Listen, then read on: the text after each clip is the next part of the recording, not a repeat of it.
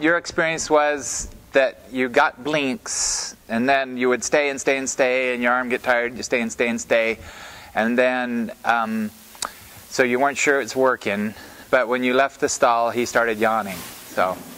So it's a cumulative thing with some horses. They're not going to show you, because that's how they survive in the herd. They're constantly, body language is how they communicate. They're constantly kind of vying to see, okay, am I going to be in control here, or are you going to be in control? And then they find their place in the herd. So they're constantly testing you to see, you know, I'm not going to give in, I'm not going to give in. If you stay long enough and light enough, they got to give in.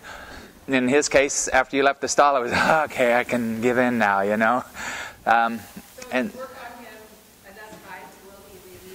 Yeah, generally after you start working on them more and more, they just start to get conditioned to release. It's almost automatic.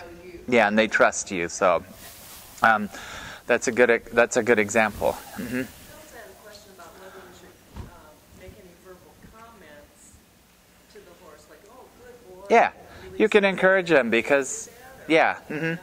I do that too when I'm working on a good boy, you know, because then they kind of feel more comfortable releasing or showing you. But should we laugh? Pardon? Oh yeah. So the question was, is it okay to verbally reassure the horse? And it is. It's okay to say, "Yeah, good boy." You know, anything that relaxes the horse is going to make your job easier, and his job easier too. So, yeah. Just about if you're a handler. Mm-hmm. Stare the horse in the eye, Mm-hmm. your body away, and take the focus off of you.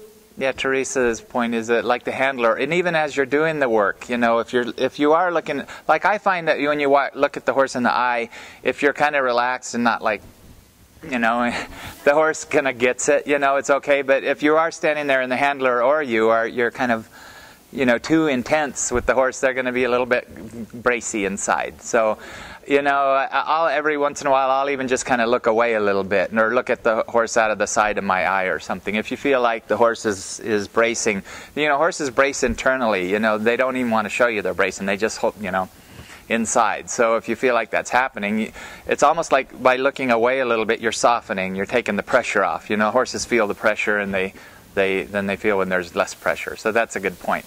But another thing is when you're working on your own horses, that's what happens a lot of time. With my work on my horses, I don't even like to work on them. I'd rather have somebody else, like Simon comes up and works on them.